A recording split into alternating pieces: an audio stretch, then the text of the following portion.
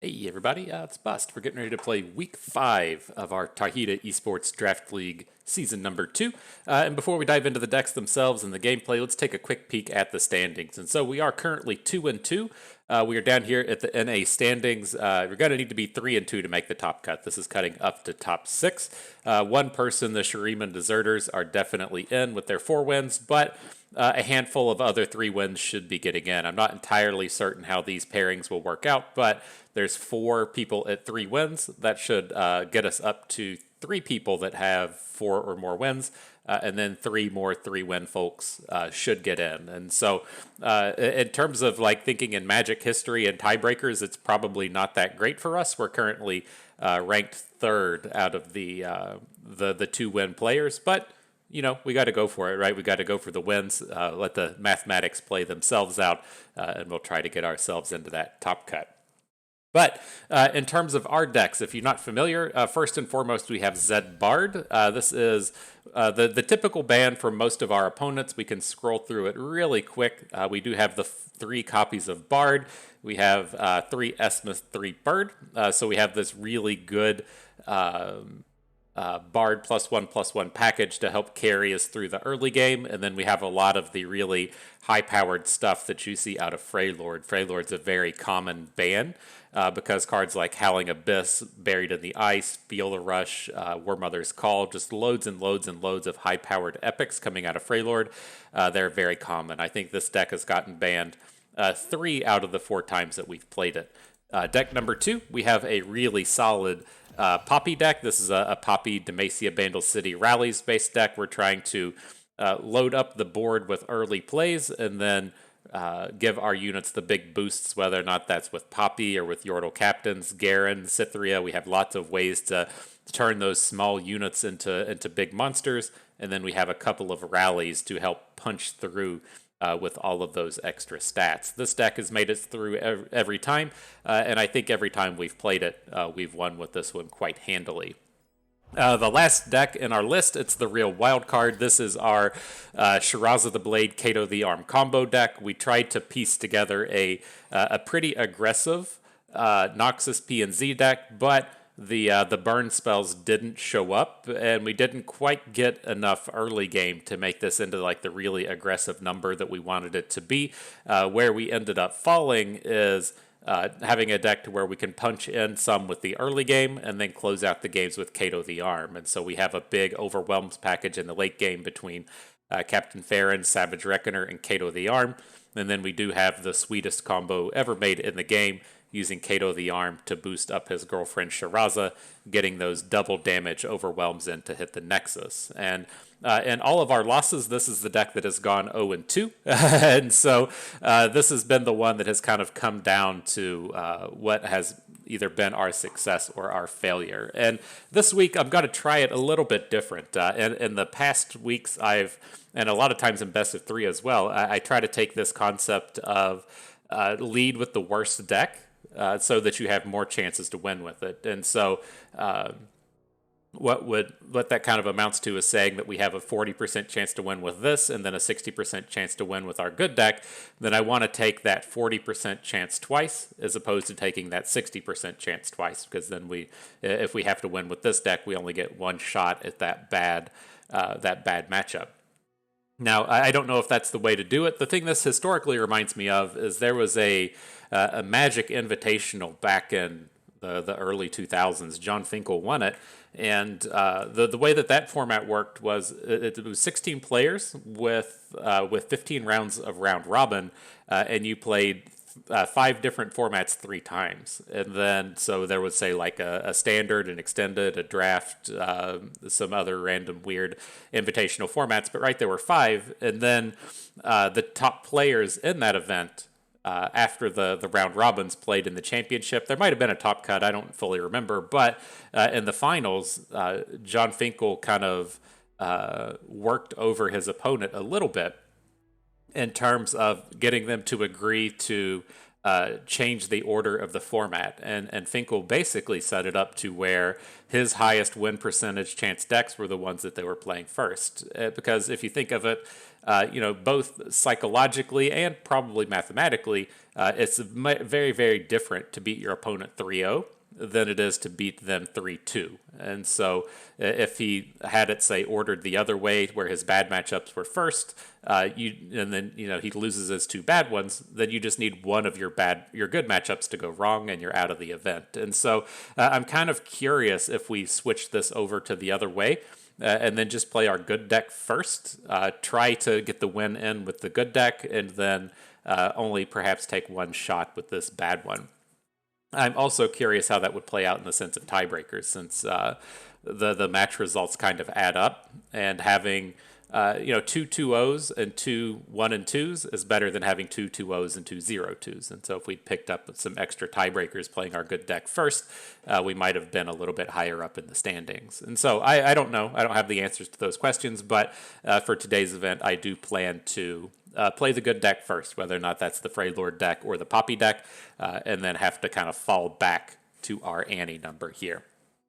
And so, to take a quick peek at what our opponent is doing today, we're playing, I forget what was his name, the Death Valley Boom Baboons. And the 3 decks that he's bringing are Shadow Isles Ionia, he has a Mono Demacia, and then he has a Shurima Freylord number. And so, first and foremost, I wanted to talk about the Shurima Freylord deck. We have been typically taking this strategy of just coming in and banning out the Freylord deck, right? If you play these games that kind of stall out and you find yourselves having to go to turn 9 or turn 10, then your opponent has some pretty easy outs to just outright win the game, right? This dude has 2 copies of Howling Abyss. He's got a copy of Feel the Rush. Averrosion Hearthguard does an exceptional amount of work in the late game, but if we just kind of trade back and forth and then on turn 8, he's like, LOL, here's the Howling Abyss, we're probably going to lose that game, right? Regardless of how well we played it, how good of a situation we got ourselves in. If we get down to the end of the game, the board is relatively empty and we're kind of playing off the top, these Freylord decks are going to come out ahead. And so that's been the kind of general strategy, but I think that this is probably our opponent's weakest deck. It doesn't have a lot of interactivity. The only removal spell in the deck is this 5-mana Siphoning Strike and then Wings of the Cryo Phoenix and Icequake. We aren't even seeing the landmarks that you typically see out of this, like Blighted Ravines or anything like Avalanche. And so the interactivity is pretty bad. The spells are all pretty bad. And then if we go down to the units, it looks like just kind of a hodgepodge of bad dudes down here in the early game. It looks like opponent was trying to perhaps assemble a heavy landmark style deck, and then the landmarks just didn't turn up. And so I don't think that this is a really high quality deck, and this is the one that I'm going to leave up most certainly. Now, the next one is the one that actually scares me quite a bit. He did a fantastic job drafting this absolute monster of a Demacia deck. It's not as bad as we saw earlier. We saw someone that was running like, it felt like triple Broadwing with a ton of support. He didn't get that super far ahead, but it has all of the makings of being an extremely powerful Demacia deck. It's got a very good curve, it has a lot of unit boosters. It's got the Battlesmith along with the 2 Vanguard Bannermans and then the 2 copies of Genevieve. It's got some really big top end with the Bright Steel Formation. Has the good early game interactivity, and it's just like as we say all these words, it just has the hallmark makings of being like, oh yeah, that's a good deck right there. And so I would not be opposed to banning this one, right? I would certainly ban this Demacia deck before we ban this Shurima Freylord number, but let's take a look at this last one. And so you typically expect out of a Ionia Shadow Isles deck to be fairly control heavy, right? You're going to see things like Thresh pulling out big units, and things like Deny and Nopify to stall out the game. The various Shadow Isles removal spells really tend to push the games into the late game. But I'm curious how opponent has decided to actually take this one and go forward with it. Because it looks like it kind of has 2 decks happening here. On the one side, you have like Gwen Zed, fairly early game to mid-gamey style champions. He has this absolute house set of 2 drops with the 3 Phantom Butlers and then the 1 Boisterous Host. So it has a lot of real strong early game potential in it. But then it looks like on the other side, he's trying to assemble a kind of a darkness deck, right? You have Senna as a 2 copy of Champion. The Extali Sentinel made its way in here, and then at the top end, there's the double invasive Hydrovine Commander Ladros. And so, far and away, some supremely powerful top end, as long as they can get there. And then I don't think they'll have too much trouble actually getting there because their early game plays are so good.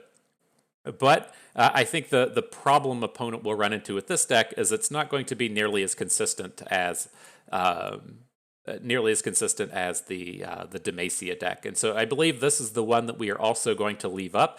It doesn't have the massive pile of Shadow Isles removal that we ran into earlier, where it was really abusing our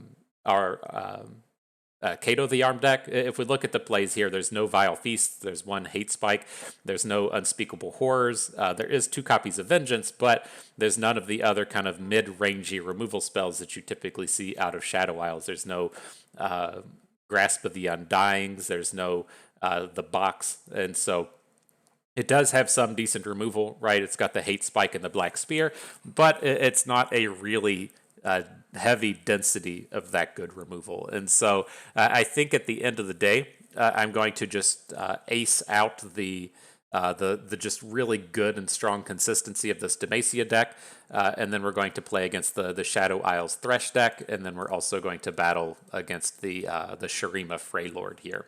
And so that's the plan. That's what we have up in mind, and we'll be looking to do. Let's go ahead and get ourselves into battle.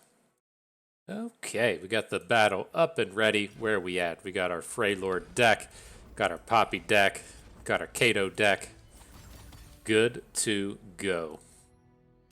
All right, and so, like we said, we're gonna just come in and ban out this Demacia number. I don't really have any real intent with dealing with this. It looks quite strong, quite powerful. Not wanting to deal with it. But let's look at these other ones and see what he pieced together. You get to take 10 cards out of the deck. Got a couple of Rite of Callings, Ancient Prep, a couple of 2-drops. What up, Action? Handful of 2s. I guess there's only like 3 or 4. It's not a ton. So not a ton of early game. Merciless Hunter and Quicksand interact. A little bit of Ramp in the Weirding Stones. Bloodsworn Pledge making the cut as well. Feels like a sad day. Rite of Domination. I guess the thing to kind of look out for here, there are 2 Rite of Negations. So he does have the big counterspell package, and then, of course, the expensive land here is quite strong between Udyr, the Siphoning Strike, the 2 Howling Abysses, and Feel the Rush. And so, lots of power there. Within the Shadow Isles deck, Hate Spike, sure. Nopify, you got it. Only 2 Phantom Butlers and not 3. So this is definitely going to end up being on the slower end of the spectrum. A couple of Unmakers to interact in the mid-game. And then the big boy package down here, Ladros, Rekindler, double invasive Hydrovine, Thresh, double Senna. So what's 9 lives? I don't even know what this thing is. But all right. Ban out the Demacia. He bans out our Demacia. And we're going to go up to battle with Bard. We haven't had the chance to play our Bard deck yet, so I'm glad that we at least get 1 game in. It's been 5 weeks of Bard, 0 games of him in action, and so let's put him up to the forefront and see what he can get going. So it's tempting to hang on to this Elixir of Iron, but I think I want to come out and really just maximize these Chines. I'm actually going to hang on to Bard here as well. Let's see if we can't find a 1-drop to go with it, though. There's a curve. There's a curve right there. Okay. Bard deck doing Bard things.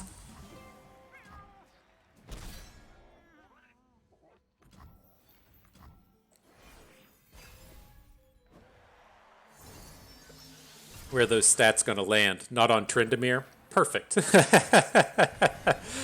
Perfect. All right. More chimes going. What turns up now? That one landed on Tryndamere, so I don't really want to be dropping the Avarosian Marksman on this board. Let's just go ahead and add in the Tusk Speaker, and then we can follow up with probably Bard next turn, but it doesn't feel great to just add the 4-2. I want to get at least a little bit of value out of it if we can.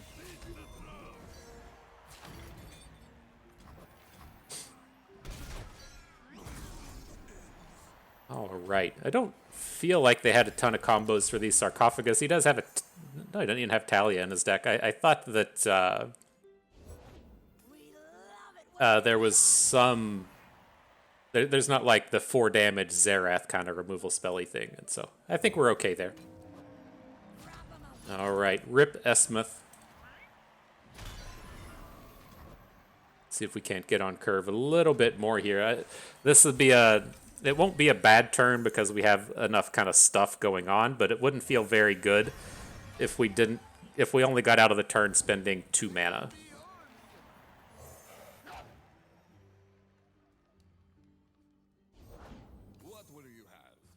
Okay, then another round of good attacks off the board. A free hook with the Rhinefang Wolf. Our other attacks are good as well. I like it. I like it. Can't remember if you even had a combat trick that can win this battle against Bard. Okay. How many chimes we got in our deck at this point? 13? Load them up. Load them up, deck. I'm ready to start drawing that nonsense. Ooh, the Howling Abyss. Okay. Okay. I'm just going to drop it. We should probably wait for combat to end, but not today. I'm just going to throw it down. Okay, that's big.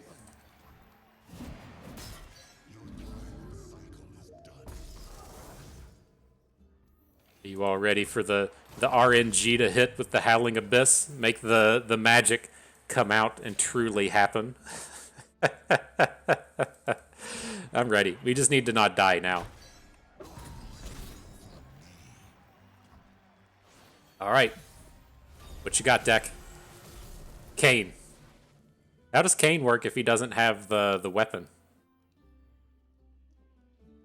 Huh. Well, it is cool that he costs free. No complaints about that. We'll circle back to Kayn. I'm going to start off with Bard.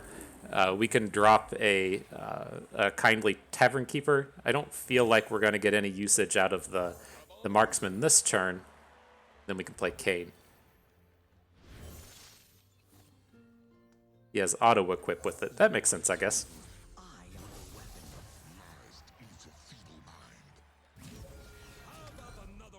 Yeah, it's Kayn.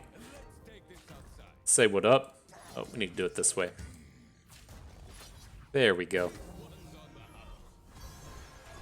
Kayn helping level up the Bard. What a good friend. What a good friend. Okay.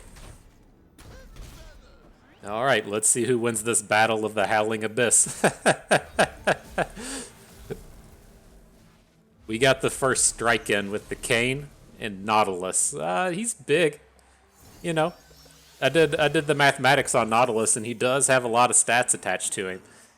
But I think we'll go with Tryndamere here. He's a little bit safer. Drops a LeBlanc. We can certainly handle LeBlanc with Tryndamere. She strikes him down, and then he flips and swings back.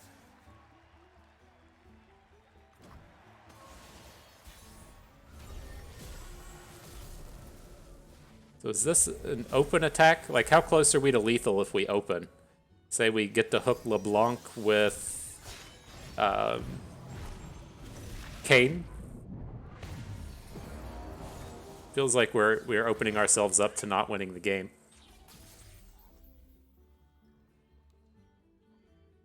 Blade Surge is pretty good, though.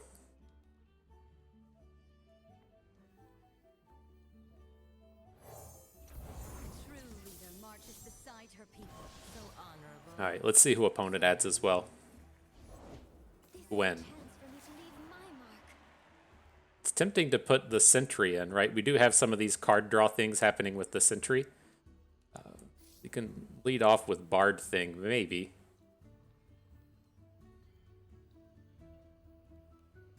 Just to see if we hit any chimes. Hit some. Probably should have overwritten our unit first, but we'll go for it. I don't feel too bad about giving up value here because we're going to be getting so much out of the Howling Abyss.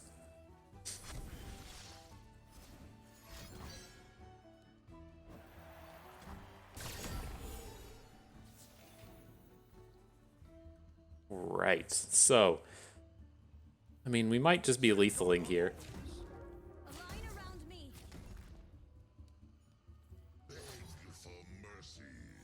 We grow into LeBlanc, right? So we'll get a takedown there. We also just have the Blade Surge over here. So if it comes down to it, like we can, say, move Tryndamere and the Avarosian Sentry or move someone else.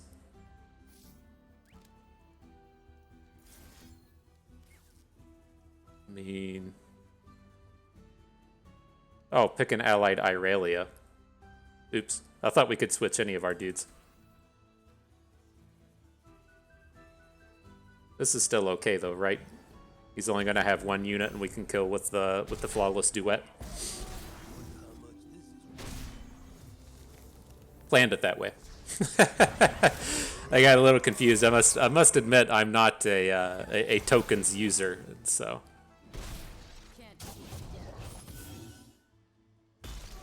the plays slip me on occasion. There we go.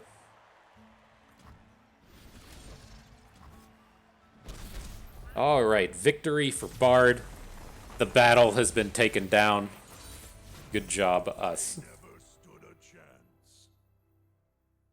All right, so we will get two shots with the Teemo deck.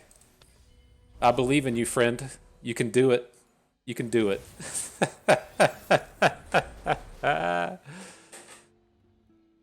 All right, so we just got a mulligan for cheap stuff here. I'll hang on to one of these cards. We'll probably hang on to Draven, but I really want to be finding some 1s and some 2s here. We got to get some early aggression happening against this thing, right? If we're out here playing against the Howling Abyss, this deck itself just cannot handle that crap. And so we did find a Black Rose Spy.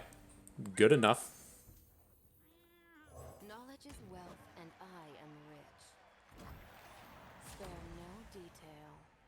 And he had an Elixir of Iron, if memory serves, so this isn't a completely free attack, but if we trade for one of his very few combat tricks this early, I think I'm okay with it.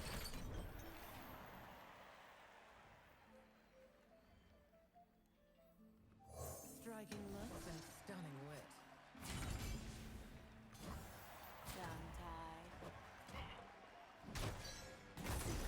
Okay.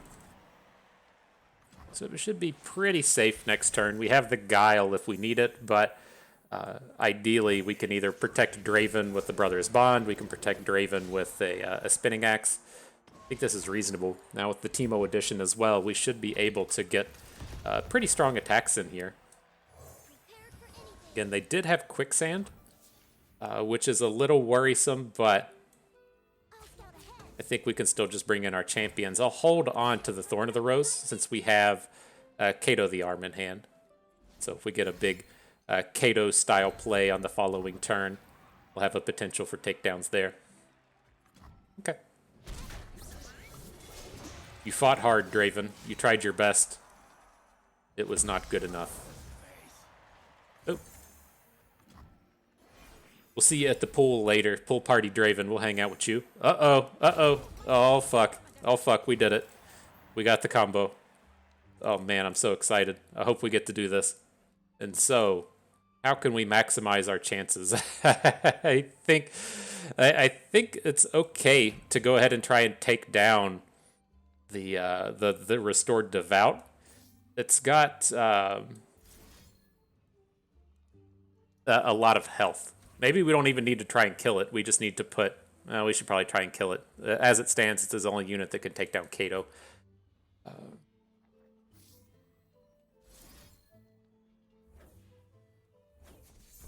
Alright, so I'll save the Spinning Axe for next turn, just in case we need it to try and push in some additional damage. So he could have a Siphoning Strike, so let's drop Kato first. Kato won't die to a Siphoning Strike with anything that they have on board. Alright. This is our shot. We've been waiting the whole event to do this. Come on. Come on. Uh-oh. Uh-oh. Oh, snap. Oh, snap. Says we're coming in for 18. Oh, man, we're about to boom. Oh, my gosh, I'm so excited. I'm just going to play it all. I don't even care. Spinning Axe. Get in there. Oh, my gosh, we're doing it. Cupcake that. Uh-oh. Ooh, last game of the regular season. We get to pull off the Shiraza combo. So excited, so excited. That was as good as it gets. I was afraid we were going to make it through the whole event. We were going to play like 10 games with this deck, not get to do the Shiraza combo once. In our final battle, victory is achieved with the Shiraza Kato combo. I can't ask for more. And so if we make the top cut, great, we'll continue on. But victory has truly been achieved with our usage of Kato the Arm and Shiraza. And so my day has been made. I don't know how you're feeling, but I'm feeling pretty good after that. And so, as we said, the regular season is done for us. If we make the top cut, we'll most certainly continue on. I'm not sure if there's any coverage of the top cut coming up, or how diligent the other players have been in producing content for this. And so we'll see. If I don't make it, I'll see if we can't at least cover some of the other games and talk about the remainder of the top cut as it progresses. And so that was good for us. For you, if you're interested in playing in another season, you can visit the Tarjeta.gg site. There should be a link to the Discord, or it will update as the new seasons approach. I'm sure there'll also be posts on Reddit and Twitter and the like. You should be able to find it easily if you're paying a bit of attention. And so if it does interest you, we'd love to have you for the next season. If you're just here to watch, appreciate you being here, man. That's good of you to do it. And so our regular season is done. This video was done as well. I hope you enjoyed it. We enjoyed it too, and that will do it for us today. And so, hope you enjoyed the video, maybe learned a thing or two along the way, and had a good time watching.